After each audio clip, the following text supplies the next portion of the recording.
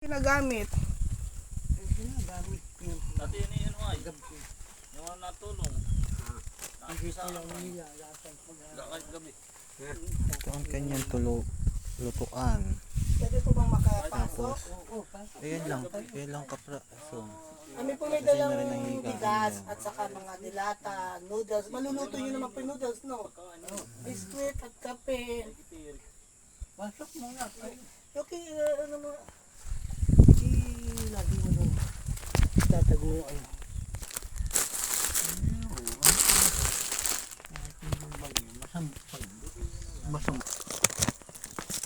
Ano kayong dito? Ang lakas pa man din nung bagyo nung nakaraang taon.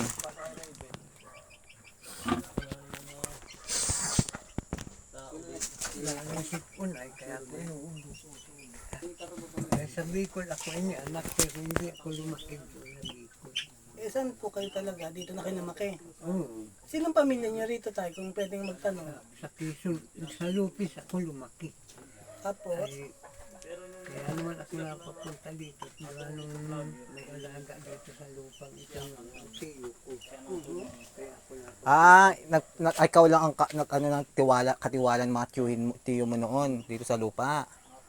Kaya dito ka na nag-stay. ang tiyo ko ang may alaga nitong lupa.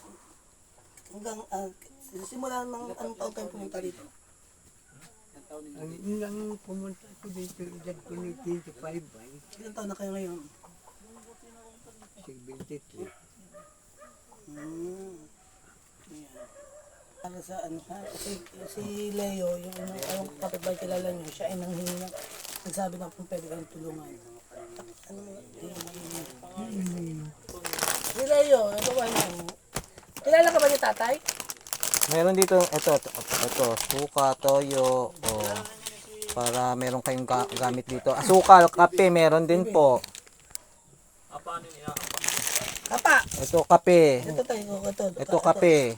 Kape. Kape yan. Oh. May dala rin kaming Ay.